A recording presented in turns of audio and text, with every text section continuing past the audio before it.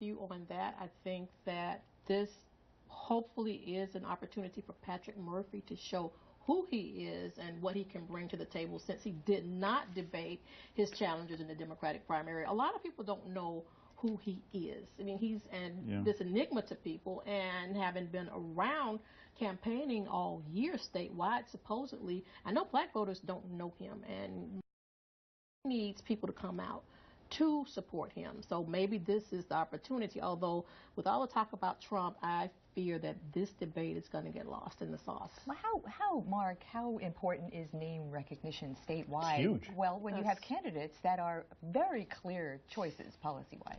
You mean candidates as in Patrick Murphy and Marco Rubio? And Marco Rubio, yeah. Well, if you don't know who Patrick Murphy is, and he's brand X, across the state, this is not one state.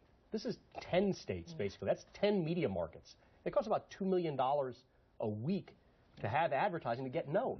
A University of North Florida poll showed that Patrick Murphy was unknown to 36% of the likely voters. And if you add on top of that, the D.C. Democrats have left him hanging.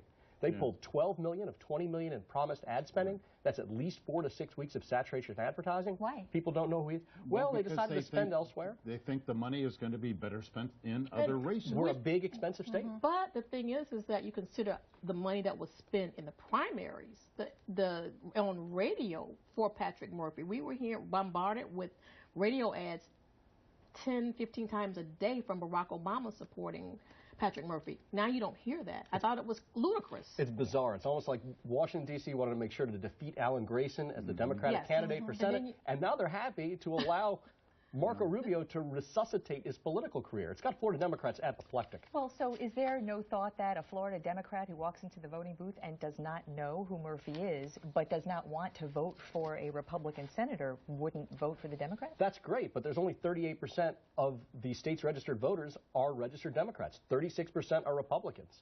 The remainder are NPA independents, and independents generally have a lower amount of interest in political campaigns and have less knowledge. And if Marco Rubio's out there saying, I'm going to be a check on Hillary Clinton and Donald Trump, and hey, remember me, I'm the guy who made fun of Donald Trump's hands and whatnot, they might just throw their lot in with him. And in fact, according to the polls, they are.